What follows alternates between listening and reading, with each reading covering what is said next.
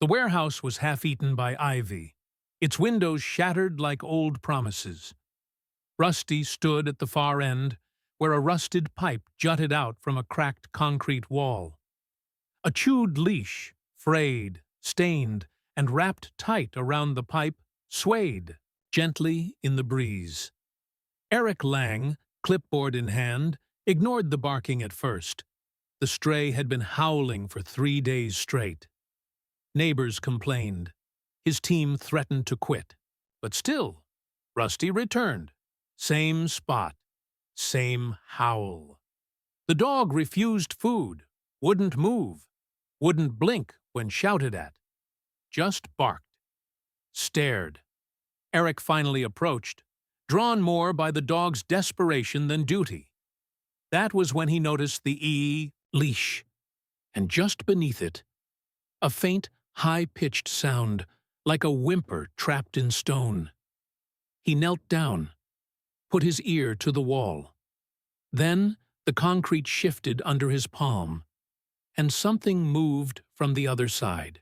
Before we continue, do me a favor, hit like and subscribe so you never miss. The chewed leash swung like a forgotten warning.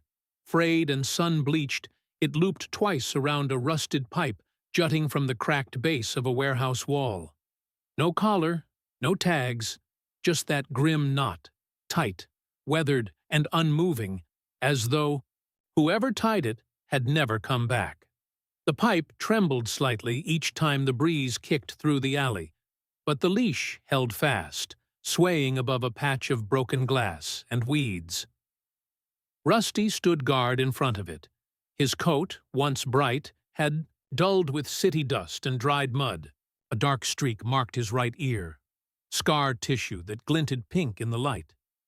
He did not lie down. He did not rest. He just stood there, tail stiff, shoulders locked, eyes trained on the wall as if it were whispering secrets only he could. "Here!"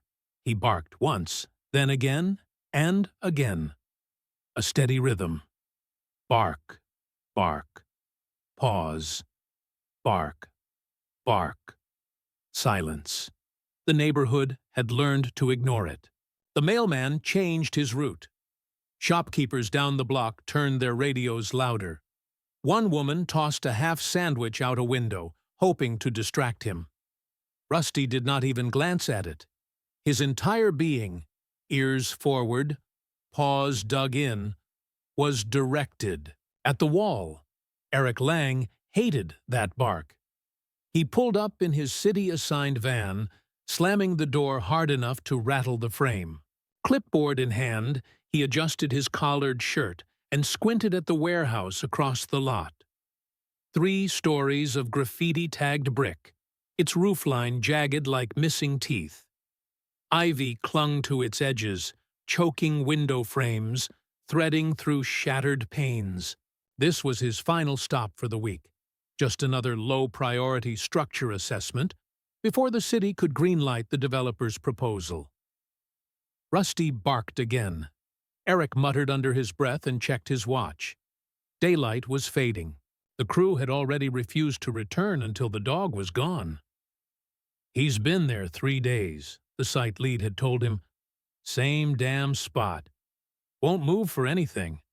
People think it's haunted or something." Eric scoffed at that now. Haunted. What nonsense! He walked the perimeter of the lot, noting structural rot, loose bricks, a collapsed stairwell inside. He took photos, made notes, all textbook, and still the barking. He circled back to the alley, where the noise was loudest. Rusty met his eyes for a brief second, then barked twice, harder, and scratched the concrete with his front paw. "Get lost, dog," Eric called, waving the clipboard. "You are not my problem." But Rusty did not flinch, did not run, just turned and resumed barking at the same small section of wall, beneath a boarded-up window, just to the right of the rusted pipe. That was when Eric saw the leash. He paused.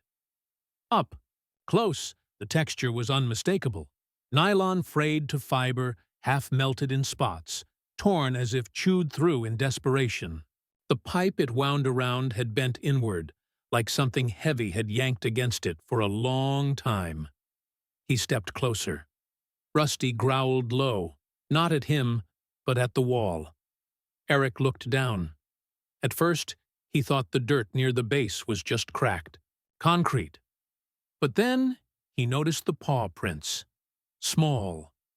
Too small for Rusty. Faint impressions in the dust, as if made by lighter feet. Recent ones. They led toward the wall. And stopped. Eric knelt, frowning. "Is someone back there?" he called. Out. No answer. He put a hand to the wall. Cool. Solid. Then, a vibration? He pressed harder. From deep inside, muffled by layers of brick and mortar, he heard something that made the hair rise on his arms. A whimper. Not loud. Not human. High-pitched. Rhythmic. Fragile. He jerked his hand back. Rusty barked again, standing taller now, as if demanding he move. Eric stood still, staring at the wall. Then at the dog. Then at the wall again. He checked his phone. No signal in the alley. Great, he muttered. There was a small tool bag in the van. He retrieved a crowbar and flashlight, against his better judgment. He was supposed to report, not intervene. But something about that sound, about Rusty refusing to move for days, gnawed at him. He returned to the wall and wedged the crowbar between two bricks where the mortar had cracked. Rusty barked faster, hopping in place as if cheering him on. Brick fell free. Dust poured from the opening. Then another brick. Then another. Eric shone the flashlight into the gap. What he saw stopped him cold. It was not empty. Something moved. Eric blinked into the narrow opening, flashlight trembling slightly in his grip.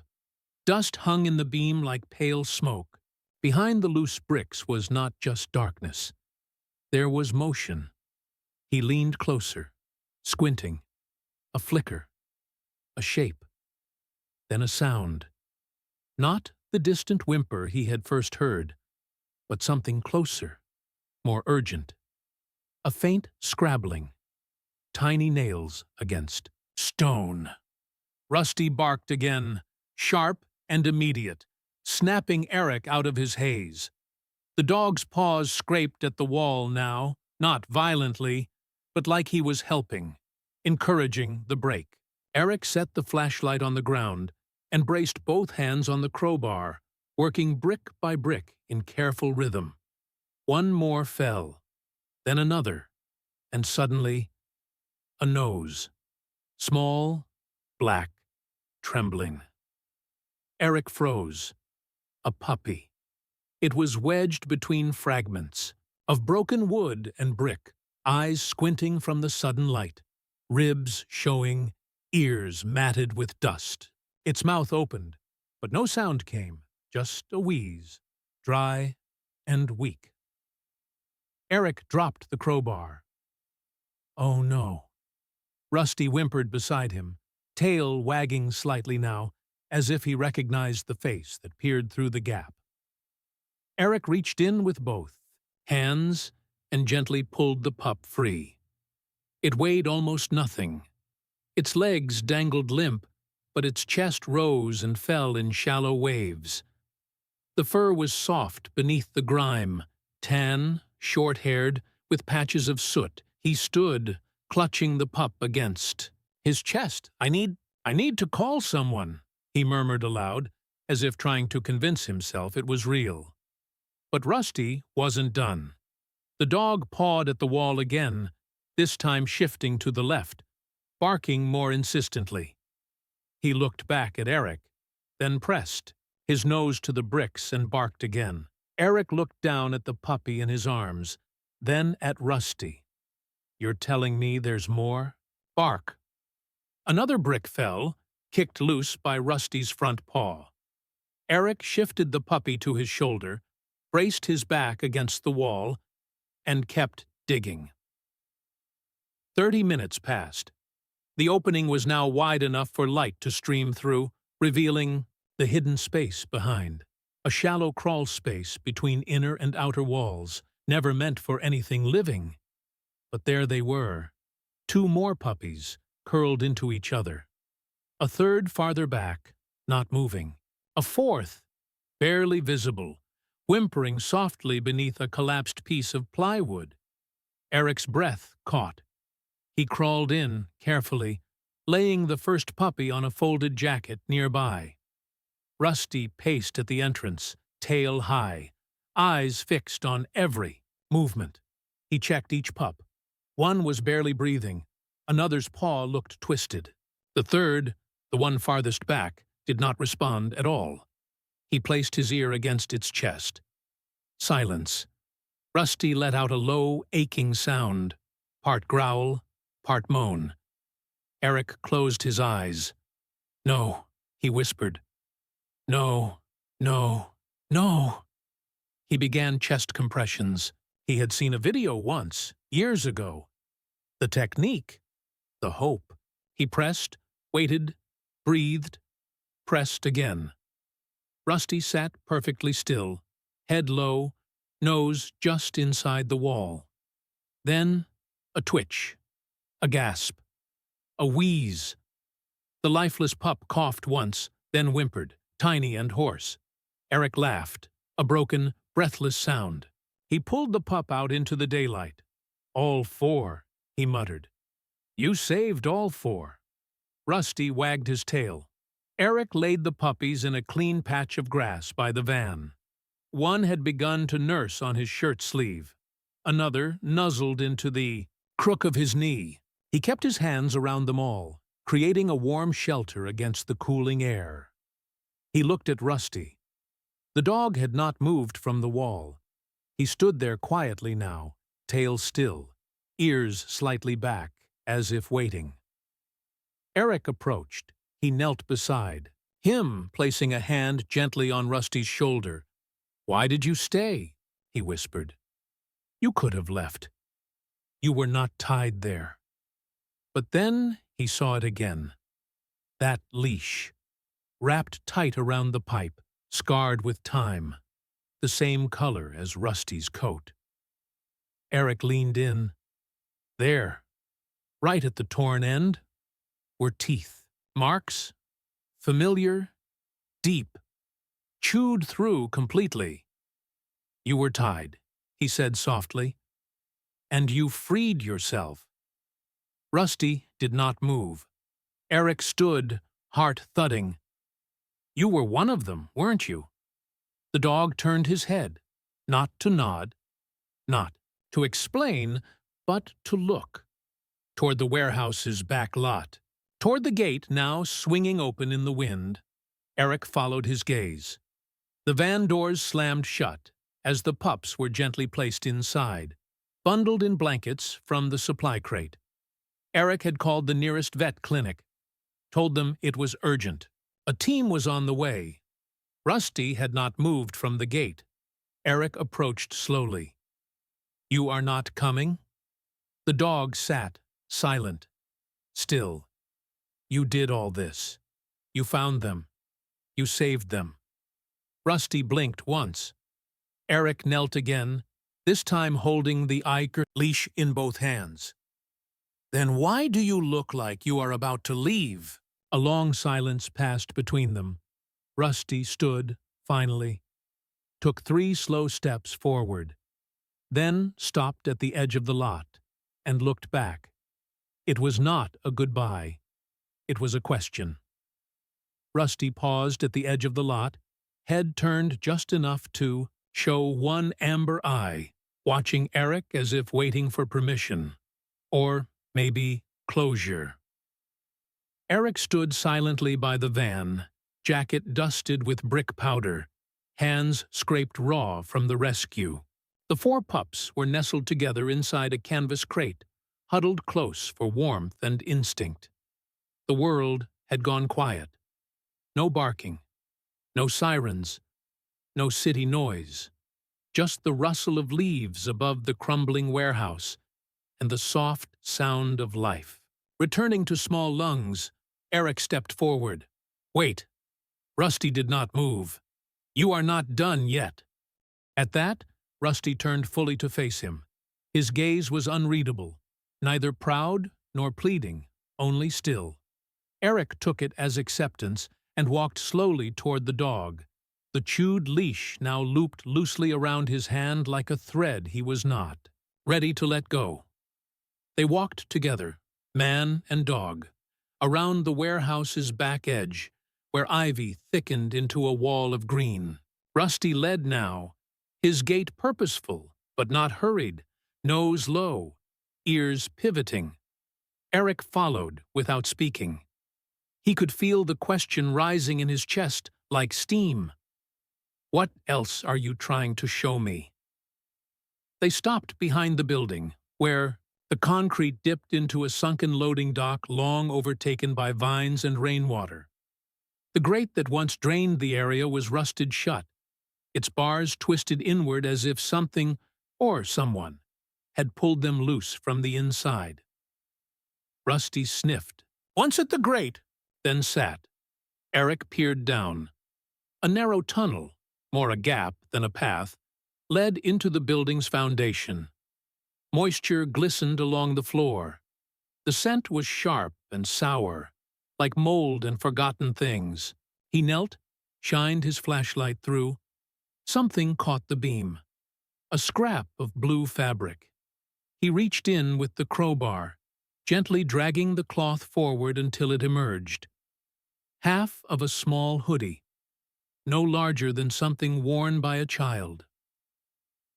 Chatta. Logo was faded, but he recognized it, Hopewell Rescue Shelter. Eric's stomach tightened. The building had once been part of a supply drop hub for the shelter system, before funding collapsed, before it was shuttered and listed for demolition. He looked at Rusty. The dog stood again, stepped toward the tunnel, and let out a single, low bark. Not sharp, not urgent, but knowing. Eric stood and dialed the shelter's old number. Disconnected. He tried the city animal control. A voice finally answered. Officer Delaney, I need a lookup. There was a German Shepherd mix, male, maybe 2 or 3 years old, scar on the right ear, rust-colored coat, possibly part of a tied and dumped case from the Hopewell district before the warehouse closure. The voice paused. Sir, who is this? Eric Lang, civil assessor. I think I found one of yours. A silence longer than expected. Then, hold on. Eric stared at the hoodie in his hand, the leash still looped loosely around his other wrist.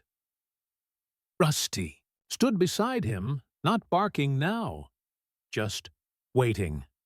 The van ride was silent except for the pup's breathing.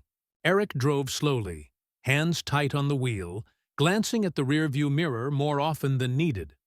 Rusty lay on the floor in the passenger side, head resting against the seat, ears flicking at each sound the puppies made. The vet's office waited, like a warm harbor, doors already open, lights glowing gold through the evening fog. Dr. Mira Yates met them at the curb. You were not kidding, she said, lifting one of the pups gently from the crate. They're cold, but responsive. Eric handed her the next. They were behind a false wall, he said. Rusty led me to them. She raised an eyebrow. Rusty? He gestured toward the dog, who stood now in the open van doorway, watching her carefully, but not moving. Dr. Yates tilted her head. I know that dog. Eric looked sharply at her. He was brought in last spring, part of a cruelty case. 5 puppies and a mother, left tied up at an abandoned feedlot. Only the adult got adopted. The others, we lost them. He ran off before placement. She knelt down. You came back, huh? Found your way home. Rusty lowered his head. Eric stepped forward. The leash was his. Dr. Yates nodded. And now it's yours. Later that night, Eric sat alone in his apartment, the chewed leash resting on the kitchen table like a question mark. Rusty lay curled at his feet. Not asleep, but quiet. Content.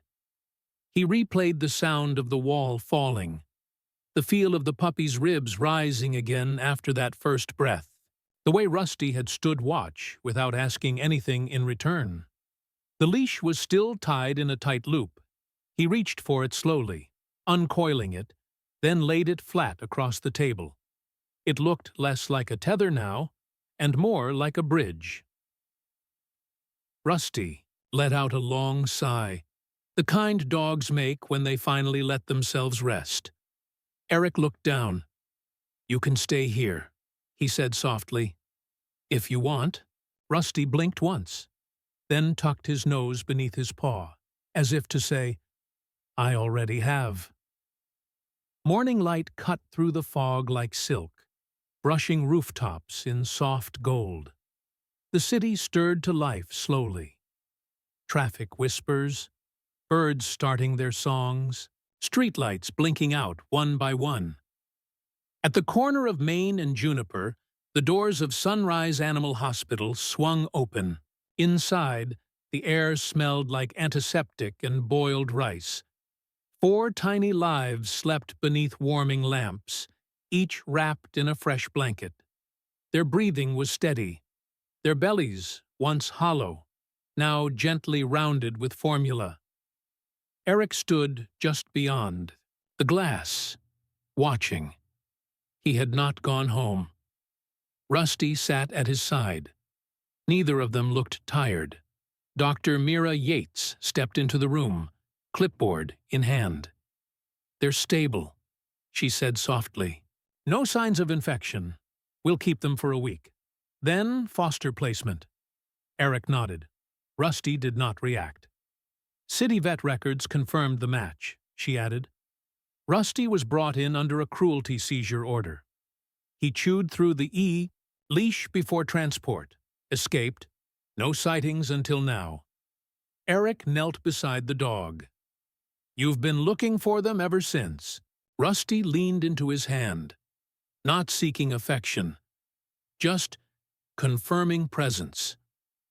"I have seen a lot of dogs," Mira said, "but not many that go back for what the world told them to forget."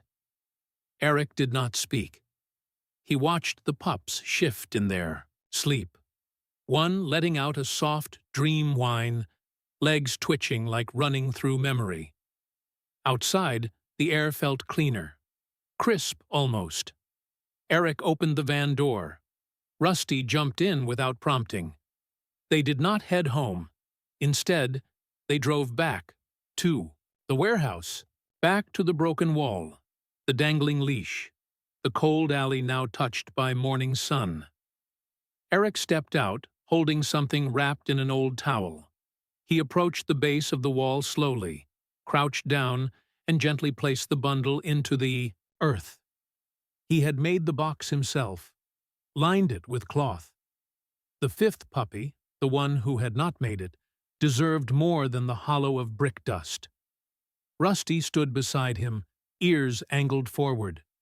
Eric filled the hole, not in silence, but in story, telling the pup what the others would become, who would hold them, feed them, what kind of dogs they might grow into. Rusty never looked away. When it was done, Eric brushed the dirt from his hands and tied something around the pipe again. Not the leash. A strip of blue cloth, torn from the old hoodie found in the drain. It flapped gently in the breeze, like a signal, or a ribbon. Rusty lingered. Eric sat against the wall beside him, knees pulled to his chest. "You did not have to stay," he said quietly. "Not for me, not for them. You were free." Rusty blinked slowly, gaze fixed on the empty street. "But you came back." A breeze stirred the alley, lifting a bit of loose ivy. The morning was quiet, but it did not feel hollow anymore.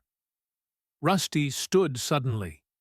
He walked to the edge of the lot, looked left, then right, then left again, and then without fanfare. He began to walk, away from the wall, away from the pups, away from Eric. "Hey!" Eric called, standing quickly. "Wait!" Rusty paused, turned his head. Their eyes met one last time. Then Rusty turned forward and trotted down the sidewalk, tail low, steps light. He did not look back. Days passed. The warehouse was scheduled for demolition, but the order was paused indefinitely. An ongoing investigation, the city called it. Locals began leaving bowls of water near the alley entrance. Someone added a small wooden sign that read, "The Stray Who Saved Them." Beneath it, someone else had carved a paw print into stone. 1 week later, Eric returned to the clinic. The pups had grown louder, stronger. One had already started dragging, a towel across the floor in playful defiance. Another had learned to bark. He helped bottle feed the smallest one, her eyes now fully open, tail wagging in wobbly circles. Mira stood nearby. "They're asking if you want to foster," she said. Eric glanced at the puppy in his arms. "I do." Then he paused. "But only 3. Mira frowned. "3?" He nodded slowly. "The 4th already has someone waiting." Later that evening, a different alley, a different city block, a new wall, a different silence. Rusty sat still, beneath the shadows, ears forward, nose twitching faintly. Then he barked, once, clear and true, and waited. Dogs truly are the most loyal companions in our lives. What did you think of this heartwarming story? Let us know in the comments. Like the video and share it with your friends. Subscribe to our channel for daily emotional dog stories. Turn on notifications so you never miss an update. Click here to watch the next story of love, loyalty, and the incredible bond we share with our paw-some friends.